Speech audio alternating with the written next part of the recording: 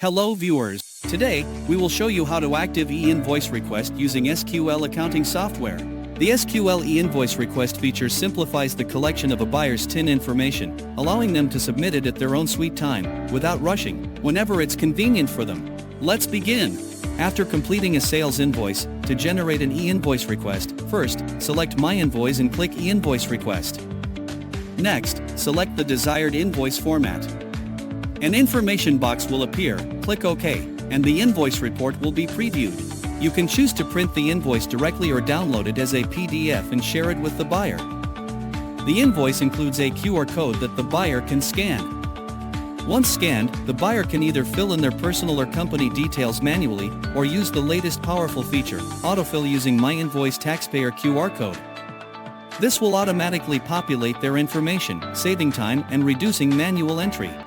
After generated the E-Invoice Request, an hourglass icon will appear next to the invoice.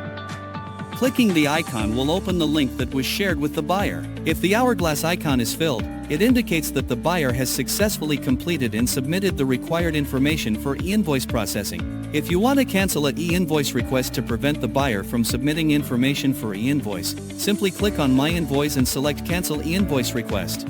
Additionally, to check if the buyer has submitted their information for e-invoice and update the invoice with the submitted details, click on My Invoice and then select Refresh E-Invoice Request Status. If the buyer has submitted the required information and it has been validated by LHDN, the status icon will change to valid, and the invoice will be updated with the submitted details. And that's it. We've successfully completed E-Invoice Request. Now, it's your turn. Try these steps and see how quickly you can get the hang of it. Subscribe to our YouTube for the latest videos, follow us on Facebook to stay updated, visit our website for important guides. It's so easy.